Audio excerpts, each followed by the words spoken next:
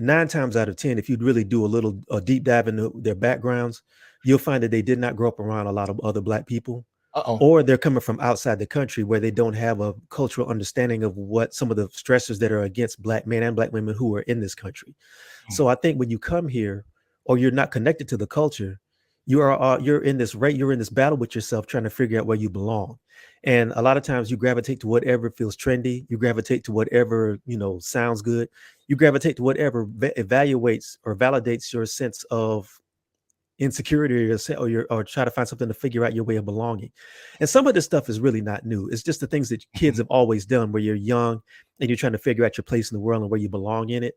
It's Mhm. just that now there's so much literature out there, and there's almost a full orthodoxy that you can buy into in academia that will help support you even while you're dealing with your confusion and trying to figure out who you are, that you Mhm. don't really have to examine that, because wherever you go, whatever misstep you make, there's a literature, there's a bell hooks book, or there's a Michelle Wallace that's right there to help kind of basically wrap their arms around you, and you can say that everything's okay, you're fine, like you are, which is true. But you need to still try to figure out who you are before you can say you're fine like you are. And Mm. don't try to get out here and proselytize to people who already know who they are and who deal with these things every day. Mm. That's Damn. just my opinion. Damn. Get it. Um, Now, one of the things I heard in the last couple of days after I saw you release this, I caught wind of a video with Tariq Nasheed where Hmm. he was talking about septum ring theory, and I didn't know if you had already saw it. I shot it to you. I met Tariq Nasheed on his. He asked me to come through on his video Buck Breaking, so I came, did a segment on there. I got to meet him that time. We chopped it up a little bit. Um, but he dropped a few things on this, and I wanted to kind of play a few minutes of it for you and get your thoughts, because he went in a direction that I didn't anticipate. He caught me off guard with it, and I thought he had some very interesting thoughts. And I think it would be a great opportunity to get your thoughts on his assessment of your theory. Um, Okay. Let me go ahead and bring this up a little bit. So this is Tariq Nasheed talking about septum ring theory. We're going to give we might go 7-8 minutes at the longest, but we can stop and chop it up at any moment. So just tell me to pause it if you got a reflection or something you want to observe. Just let me know. But here we All go. right, cool. Normally, the women are running around here with them septum rings. Um, Usually, these are, and it's a very interesting theory. Usually, these are a lot of women who are weirdos anyway. They look weird, they're bad built. So they have to try to seem more spiritual and this esoteric than what they are. And they also have to have things that distract from how weird they look. Or they try to throw stuff on to kind of almost accentuate the weirdness about them. So the septum ring, the tongue ring is just quirky tattoos. Oh, we forgot the tongue ring and the tattoos. I don't know how I forgot that, but they go right there with the granny glasses. So you're right. He's right. Hmm. And but usually the septum ring is usually a telltale sign of one of these babbling plebiscite bedwenches or a tether feminist. And that whole thing where it's almost a form of self mutilation, but it's them trying to seem exotic in order to cover for their basically anti-black mindset, because most of those women usually are bedwenches, and many of these bedwenches, they have to try to seem extra herbal tea-ish to compensate for their subliminal hatred of black society. That's why they're always they not just only attack black men, they attack the black women who are doing things to uplift the black community. That's why they will attack our Dr. Francis Cress Welsing. They don't like black society at all. So all of that septum ring bullshit, that's for Zaddy, to be honest. Mm. Let's can we get deep for a minute? Can we get deep for a minute, family? Do we got time? Give me a thumbs up if y'all want to get deep. Let's get real deep with this. Notice the septum ring mammies and feminists, about 98% of them are bedwenches. I would damn near say 99.9 of them are bed wenches. So when they get with Zaddy, everything has to be almost African tribal looking with them. Take a real good look at them damn bed wenches. It's damn that's a version of bone in the nose. You dig? It's almost like slave play. Mm, Because the white boys like they like the women to look wild and tribal. You know, when the white boys get a bed wench, they want the hair to be fucked up. That's why the bed wenches be having the janky wig and the lace fronts be all fucked up. Uh, the white boys like that. They like them looking raggedy and tribal, like they just came out of some damn tribe in Sierra Leone somewhere.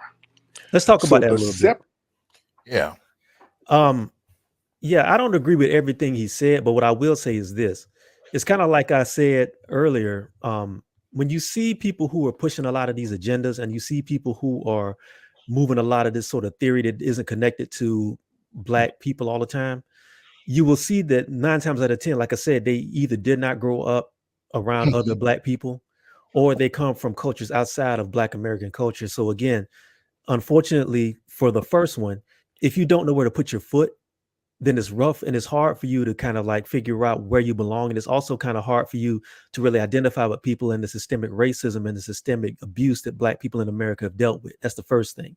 Mm, The other part is if you're from here, I mean, if you're not from here, I don't care who you are, where you come from. The first message that you get when you land on these shores is that you need to stay away from African Americans or that African American culture and whatever they got going on is basically lower than the people you need to try to align yourself with. And that happens a mhm, lot. And a mhm, lot of times people who come here and they say that when they're telling the truth, you hear a lot of that. As far as like the particular thing about the physical attributes, I do know that when you see people who are in relationships, sort of like this picture that you see, 9 times out of 10, they tend to be a lot more understanding of the culture that they cleave themselves onto than anybody else. And you barely see them, even when they claim to be pro black and they're talking about anti black racism, mhm. a lot of times they never get to the real core of what created those mentalities and what created the conditions that black people in America are dealing with. So what you get when you talk to these people is really surface level stuff and you Mm, get surface level analysis. And also a lot of it too is tied to the divester mentality where a lot of their yes. politics is tied to not identity politics, but it's desirability politics. There's another word you could use for that I won't use on your show, but it really comes down to desirability politics and the fact that the people who they assume that will find them attractive don't find them attractive.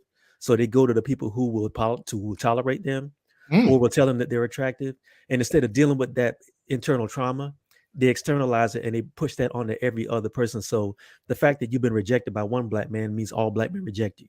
The oh, fact that one black man said your skin tone is not what he wants, that means all black men assume that. You know what I mm, mean? They mm. don't really do a deep analysis of their own internal biases and they try to sell it to everybody else. And again, there's an apparatus set up in academia and set up in a lot of these gender studies programs. And unfortunately, a lot of the corrupted black studies programs to basically support everything they'd say. So, and that's where we are. Well, shout out to Malika. He said something I put up on the screen a minute ago. Where he's talking about let's not forget about sexual experimentation, pansexuality, bi, non-binary. He talks about the association of that as part of that culture we were pointing to, and I got to say I've seen that as well. But I think the thing that really drew me to Tariq's kind of assessment was I had not considered the relationship between what you're referring to in regard to septum ring theory and exotification and this kind of interest in white men, that kind of linkage of those three things alone. He makes this, as we just heard, this assessment, that some of this has to do with, attracting white men and white men's interest in really exoticizing black women as these kind of, jungle idea. Is there any merit to that in your assessment? Well, I can't speak to every case, but I Right, do of course. know that if you listen to some of the conversations and um, some of the backstory on some of these people, I think there is an element of that in quite a few of them. I Mm, think there's also an element of sour grapes, if I have to say it any other way. mm, I think a lot of people who believe in a lot of these theories, like I said earlier, they when you look at your skin in the mirror, Mm-hmm. I think it's an instinctual trait to expect if you're interested in trying to find somebody to partner with, somebody who looks like you. Mm-hmm. But if you've been told that, your skin is undesirable, Mm-hmm. or the people who look like you are less than, I think what happens a lot of times is you try to go outside of that peer group and try to find anybody who will find you desirable. Mm-hmm. So I think that's part of it as well. I think some of it is just really deep trauma that needs to be worked out in therapy. But Mm-hmm. because a lot of these people will not go to therapy, and like I said, there's an apparatus that basically supports them in anything they do, so they don't have to feel like they're doing anything wrong. Mm-hmm. Instead of doing any kind of self-reflection, this kind of anger and this kind of bitterness goes out into the wider world. And all you got to do is listen to how they respond to anybody who challenges them. I see it all Yeah. the time. If Yeah. I say anything that pushes back against some of these theories about black men being patriarchs or black men being predators in the community, when I have data that shows that this is not the case, and we have data that comes from Pew Research and it comes from white people's data, so they should be able to support that. This shows that black men tend to be the most progressive and the most welcoming group of men in the United States when it comes to gender identity or even gender equality. But that goes out of the window when you try to show them that, because their mentality and their religion, so to speak, doesn't have to be connected to data. So automatically you react to it in a harsh manner. Mm-hmm. I gotta say, in the '90s, before I got married, the sister, even on the screen, gorgeous to me. This was what, because it was particularly hard to find women that were into wearing their hair naturally. You know what I mean? And to this day, if I see another weave, it gives me a headache. It's just all over the place. The blonde weaves, the blue contacts, all that mess really just annoys me. So again, in the '90s, I was looking for this, and when I started to see this kind of rise in what we're talking about, especially in the latter 2000s, I didn't understand it. I didn't understand where it was coming from, because there was already what I perceived to be a very small subset of women that wore their hair naturally that I thought was attractive. Now I had to deal with this kind of misandrist culture that was coming out of this, and I didn't understand where it was coming from. Um, did you see that shift earlier than the last couple years? No, not really, because you're absolutely right. There used to be an unspoken code that when you saw a sister with her hair natural and she was, had tattoos like this, or she had a septum ring, that you could understand that, this is a sister who was Afrocentric. Mm-hmm. She might be connected to her culture. And if you were on the same wave, this was somebody you might need to think about as partnering with, or somebody you can maybe build something with.